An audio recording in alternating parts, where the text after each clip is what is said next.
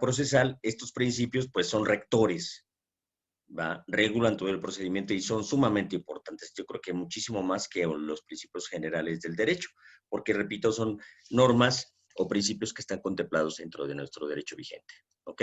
Entonces, les voy a subir la presentación y las vamos a ir comentando brevemente.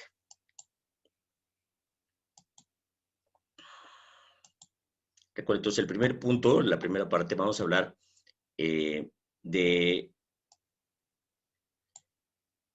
los principios procesales, ¿sí? Del derecho del trabajo. ¿Ok? Miren, ubicamos nosotros 12 principios, pero aquí pues obviamente, y dependiendo del autor que los van a manejar, hay algunos que son consistentes y otros más o menos los que se van a abordar, ¿no? Pero desde nuestro muy modesto punto de vista, consideramos que estos son los importantes y se contemplan en nuestro programa. ¿Cuáles son estos? Pues número 1, que el principio de publicidad. 2, el de gratuito o gratuidad. 3, el principio de inmediatez. 4, el principio de que es predominantemente oral. 5, la instancia de parte interesada. 6, la economía procesal. 7, la informalidad o sencillez. 8, la suplencia de la queja. 9, la concentración. 10, la regulación oficiosa del procedimiento. Y 11, la interpretación más favorable. Y por último, comentaremos algo del principio de la verdad sabida y de buena fe. ¿Sí? En la metodología que vamos a seguir, vamos a abordar principios en bloques de 3 y 3 en cada una de las pantallas de las láminas para que puedan darle fluidez. ¿Ok? Entonces vamos a analizar el primer bloque. Vamos aquí al principio de público. ¿Qué implica el principio de que es público? Esto, repito, es común a todos los procesos judiciales, que implica que el procedimiento laboral pueden ser presenciados por cualquier persona y se ventilan públicamente. Si ustedes si conocen las juntas, no tienen mayor problema. La distribución de un juzgado es también muy diferentes. Prácticamente algunas juntas no tienen, el acceso es general y fácilmente se accede a ellos. En ocasiones algunos no tienen puerta, ¿verdad? Entonces pues no hay ninguna limitante. Pero el artículo 685 y el 720 establecen que el proceso laboral se puede realizar a puerta cerrada cuando así lo exige el mejor despacho de los negocios, la moral o las buenas costumbres. Hay algunos supuestos donde van personas muy famosas, obviamente eso genera muchos problemas de distribución y obviamente lo hacen a puerta cerrada. ¿Ok? Segundo principio, el principio de que debe ser gratuito o de gratuidad. ¿Sí? ¿Qué implica este principio? Que se prohíben las costas judiciales. El fundamento lo encontramos en el artículo 17 constitucional, que establece que la impartición de justicia debe ser gratuita, entre otras características. También el artículo 685 de la ley de la materia lo contempla y se habíamos señalado que este principio tampoco es privativo del derecho laboral. En todas las materias lo vamos a encontrar, pero no se debe confundir con los gastos y costas. Recuerden, normalmente en una demanda, dentro de las prestaciones, lo que se demanda es eso, ¿no? El pago de las costas y los gastos judiciales. Pero hay una situación muy particular en materia laboral. En un juicio ordinario laboral, en la última etapa, donde hablamos de la ejecución, en la ejecución, cuando llegamos a la ejecución, pues fíjense, el artículo 944 de la Ley Federal del Trabajo nos establece y que se faculta a las partes para demandar el pago de los gastos originados en la ejecución del laudo. Esto es interesante, ¿sí? O sea, solamente en la ejecución del laudo sí puedo demandar el pago de los gastos que origine el juicio. Pero fuera de ahí, en un procedimiento laboral, no ocurre. A diferencia de otros procedimientos, usted recordará, ¿no? En algunos, por ejemplo, en materia mercantil, en primera instancia te condenan, la parte que perdió se le condena el pago de los gastos y costes. ¿Va? En materia laboral, no. ¿Ok? Tercer principio, el principio de inmediatez. ¿Qué establece este principio? Pues establece el principio que el presidente de la Junta, el representante tanto de los patrones como de los trabajadores, deben presidir todas las actuaciones judiciales. Este principio tampoco es privativo del derecho procesal laboral, pero pues por desgracia no se cumple, ¿sí? Recordemos que las juntas se integran de una manera tripartita, ¿no? Un representante del Estado, un representante del capital y un representante de los trabajadores. Los tres en su conjunto contemplan el órgano juzgador. Pero por desgracia en materia procesal laboral, el trabajo prácticamente lo sacan los auxiliares. Y el presidente, pues obviamente está en su cubículo, como en algunos procedimientos ordinarios, ¿va? Cosa que no ocurre como en el nuevo modelo oral, donde pues es un gran acierto y una gran fortaleza que el juzgador está llevando a las audiencias y eso es muy bueno. ¿Okay? Vamos a pasar al siguiente bloque. Vamos a hablar los principios de qué es predominantemente oral, el principio de instancia de parte interesada y el de economía procesal. ¿Ok? ¿Qué implica el principio de que es predominantemente oral? El procedimiento laboral es uno de los primeros procedimientos que se le incorporó la oralidad. En nuestro sistema jurídico con anterioridad existían procedimientos orales y la oralidad está contemplada básicamente desde que inicia el procedimiento oral. Entonces es una parte que fortalece a los abogados laboralistas, particularmente le da una peculiaridad y, y les facilita mucho el desenvolverse. Sí, eso sí, se los puedo comentar. Decimos que no es oral en su totalidad.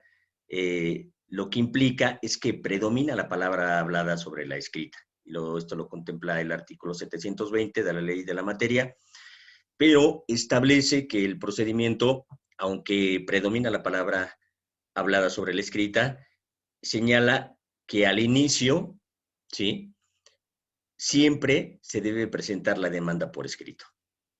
Siempre. Esto no ocurre así. Ustedes recordarán que hay algunos procedimientos donde se puede presentar una demanda por comparecencia, sobre todo en materia de alimentos, pero en materia laboral no. Siempre, siempre tiene que ser la demanda por escrito. Cuando se contesta la demanda, ahí ya las cosas ya son diferentes, ¿no? Para fijar la litis, en la demanda, pues sí, al contestar la demanda, en la etapa de excepciones, pues quien está haciendo uso de la voz puede hacerlo por escrito o complementarlo o hacerlo de manera oral, pero no se recomienda esta parte. Sí, pero recuerden que predomina la oralidad, pero no obstante ello, siempre la ley lo establece de esa manera, la demanda tiene que ser por escrito, ¿ok? Muy bien, pasamos al quinto principio, establece que el principio de instancia de parte interesada es una característica del procedimiento dispositivo. ¿Qué implica esto? Que el impulso procesal está a cargo de las partes, ¿sí? Es decir, que la dinamización del juicio, ¿sí?, no corresponde al órgano judicial, ¿sí? La Junta de Conciliación y Arbitraje no puede iniciar un proceso de oficio. El impulso procesal está a cargo de las partes. Pero, ojo, existen actuaciones obligatorias para las juntas, como es el caso de la caducidad, en la que la ley obliga al presidente de la Junta a realizar ciertos actos.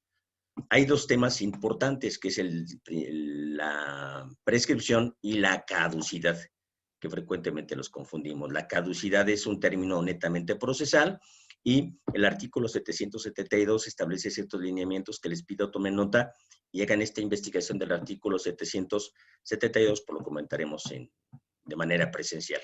¿Ok? Muy bien.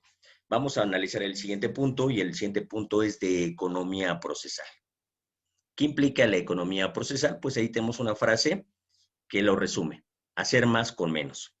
¿Sí? ¿Qué implica esto? Pues que se pretende desarrollar el proceso con la mayor economía que se pueda lograr, ya sea tanto en tiempo, energía y el costo.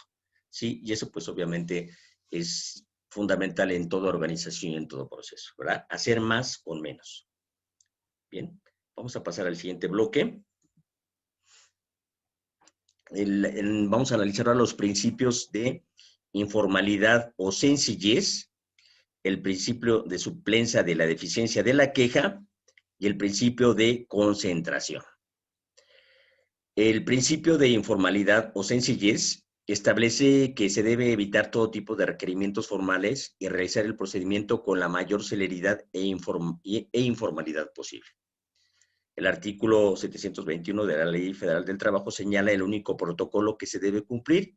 ¿Cuál es este? Que el secretario ha de dar fe y certificar la práctica de toda diligencia que ante él se realice para darle validez. Bueno, les comento brevemente, si bien esto es un requisito y así lo establece la ley, el procedimiento realmente es muy formal porque la ley te marca ciertos requisitos o ciertos momentos donde en los cuales el abogado tienes que intervenir y hacer valer tus derechos. Y si no lo haces, ya pierdes toda oportunidad. ¿Sí? ¿Cuál es? Ustedes vamos a ver en el protocolo que se sigue en las audiencias. Cuando tienes el uso de la voz, en la etapa de demanda y excepciones, se concede primero el uso de la voz a la parte actora, después a la parte demandada, réplica y contrarréplica.